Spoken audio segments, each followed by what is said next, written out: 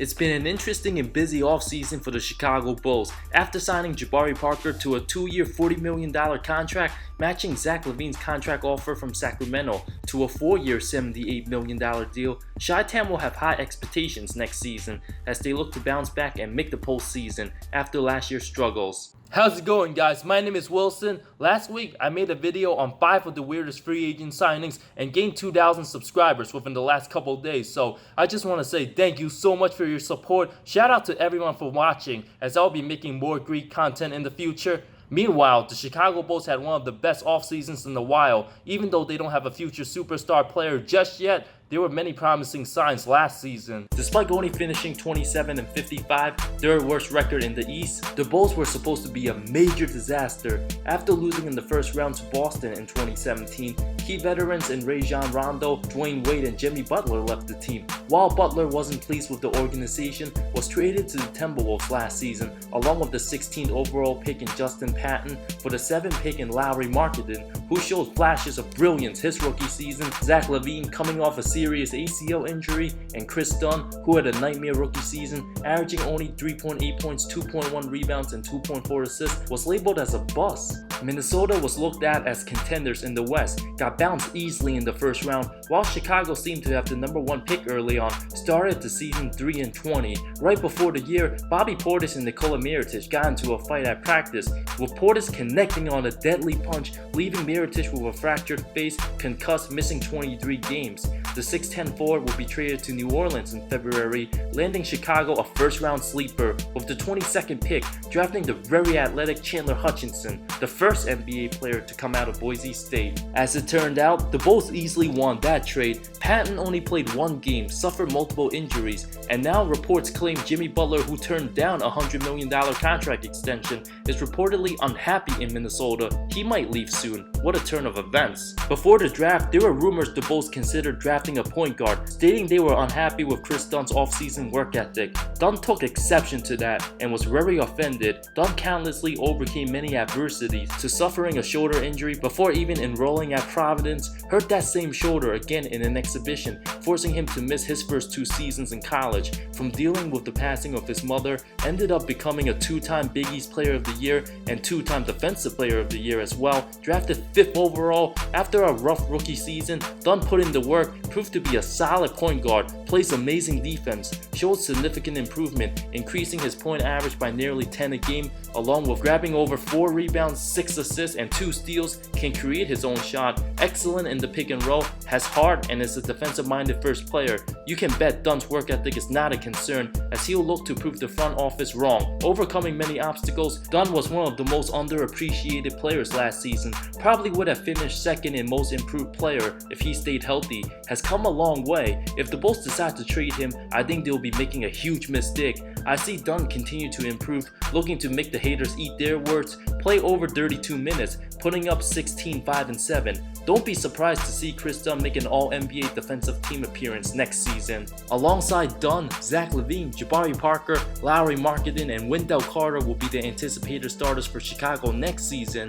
LaVine came back late last season, played 24 games, a great scorer who's got range and a fantastic finisher in transition, put up nearly 17 points, 4 rebounds, 3 assists. Alongside backcourt teammate Chris Dunn, has worked very hard this summer at the gym, also extra motivated to prove his doubters wrong, and will look to get his rhythm back. I see him averaging 18.5 points with a bunch of posters that will get the crowd going. As for Jabari, many people didn't believe he was worth the 2-year $40 million deal, but his 2nd year is a team option, lowering the risk of the Bulls, as Parker overcoming 2 ACL injuries is a low-risk, high-reward situation. A former #2 pick in the 2014 draft, was supposed to be the franchise guy for the Bucks, wanted to help win in Milwaukee, was confident as a rookie he was the better player over Andrew Wiggins, but his knees have robbed him of greatness. Before Parker suffered a 2nd knee injury, he was having a breakout year, put up over 20 points, 6 rebounds, an explosive athlete, very strong at 250 pounds, can bully smaller guys on the post, can also shoot threes. Now under Derrick Rose's shadow, the hometown kid embraces the challenge. Both attended the same high school in Simeon, will become the 19th player to suit up for the Bulls, born in the city of Chicago. Hometown fans will have a lot to be optimistic about, as the 23-year-old will look to get back on track. I see Parker as Max, the X Factor. If healthy, I can see him scoring in the low 20s and will prove that he's an all-star caliber player, making the Bucks regret letting him go. Rising sophomore Lauri Markkanen turned out to be a very good player, arguably a top 5 rookie. Finished all-rookie first team, averaged 15 points, 7.5 boards, shot 36% from 3. Fastest rookie ever to hit 100 threes. Can also play the stretch 5. The 21-year-old kid from Finland can flat out score in multiple ways, even attack the basket and throw it down at times. Perhaps Markkanen is on his way to becoming the Bulls franchise player, where I can see him average around 18 points next season. Rookie Wendell Carter is probably the most slept on lottery pick. Doesn't put up eye-popping numbers, but does all the little things to help his team win. Putting up 15 points, 9.5 boards in Summer League, Carter can end up being a top 3 rookie. Put up 13 and 9 at Duke. An energy type player, will sacrifice his body, die for loose balls, kind of like Joakim Noah. Has way better offensive upside than Joakim. Carter stepped up every time Marvin Bagley was out and impacts the game on both ends of the floor. Very unselfish and polished. Has fantastic footwork on the post, very patient, and an excellent interior defender. Reminds me a lot like Al Horford. Bobby Portis made significant improvement, averaged over 13 a game last season. Robin Lopez will likely be the backup center in a reduced role, mentoring the young guys, provides toughness and intensity. While rookie Chandler Hutchinson is one of my 5 biggest steals, averaged 20 and 8 his last season with Boise State, got drafted late first round because he stayed all 4 years in college.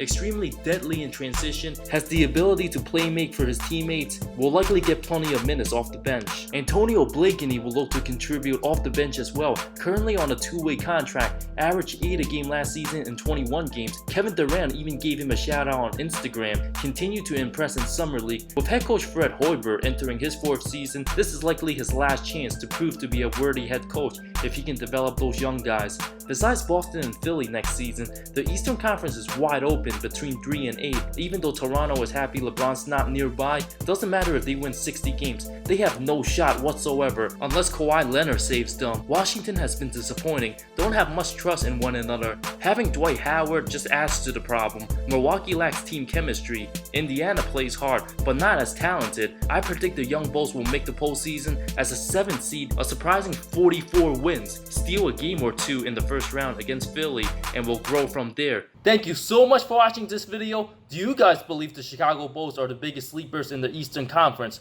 Will the Bulls make the playoffs? Let me know in the comments below. I talk NBA comparisons, amazing storylines, NBA history, and anything basketball that will interest you. If you love the NBA, subscribe to my channel. More great stuff coming soon. See you next time.